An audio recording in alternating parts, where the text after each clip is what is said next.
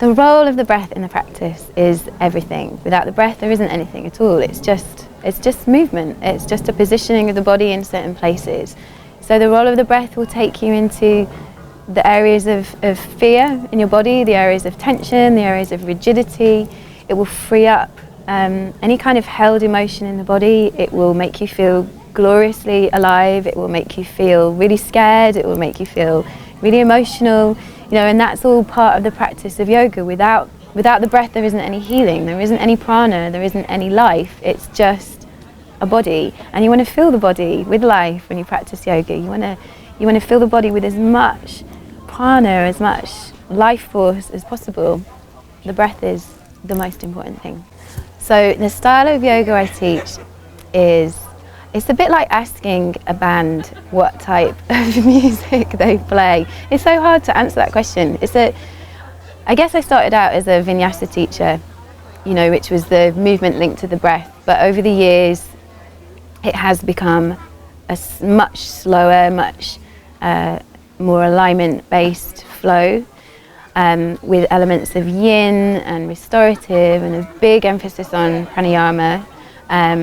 And so I don't know, what style of yoga is that? It's greedy yoga. It's a bit of everything, isn't it? I guess it's vinyasa mixed with anusara and yin and ashtanga. It's like a big hot jam of everything. Put it in a pot and mix it all up. And I don't think there has to be a style, does there? I don't feel like there needs to be that style anymore. People need a bit of everything. They need a bit of fire, and they need a bit of water, and they need that kind of earthing element of the practice on different days. I don't feel like I need to get up and do vinyasa every day, and I don't think anyone else should feel like that either. Or I don't think people do feel like that, I think that gets you into trouble if you feel like that. So the kind of people that like my yoga classes are, I think, quite people that are really investigating certain areas of their life. I think are the people that like my yoga classes. They're quite sassy. They like to have a little bit of fun.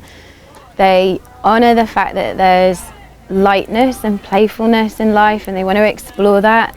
But they also recognize that most of us have big, fat, dark shadows, and that is part of life, and that's part of being a human being. And I think the people that come to my classes really honor that part of themselves and want to investigate and explore it and free themselves up from certain aspects of that shadow that are really limiting, that are really conditioning.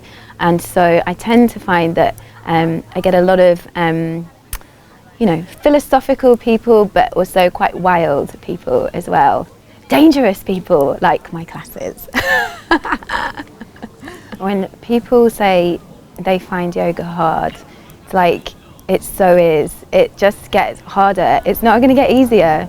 So I often get people coming up to me saying, that was a really hard class, and I'm finding that actually it's not, I'm not improving, or it's not getting easier. I'm like, good, that's great, that's fantastic, that's exactly how it should be. It just never gets easier, and if it does, there's something that's kind of not right in the mix, because you're constantly moving through layers of conditioning and layers of your history and parts of the body which are rigid. And so as you get deeper into those layers, it requires more attention, it requires more focus, it requires more, less fear, really, or more courage to get into those places. So yeah, it gets harder. It gets harder, and it shouldn't be easy. I just don't think it should be easy. Even Shavasana, if you stay in Shavasana for long enough, it gets hard because stuff starts to come up. So it doesn't really matter what type of yoga you practice. The practice of yoga is a healing practice, and it's going to take you into those weak areas of your body and your mind. It should do, because in order to heal, it needs to, and that's hard, isn't it? It's really hard. So tough. My little tips for helping people to move more.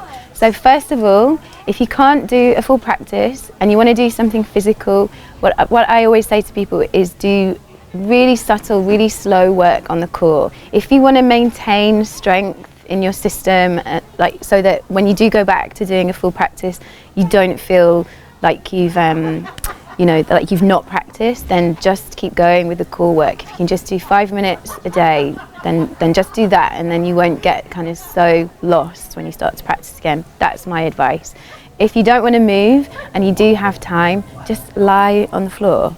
Lie on the floor, off the mat, on wood or grass or earth, for like, just let your bones sink into the ground. So do one of the two every day. That makes such a huge difference. I think.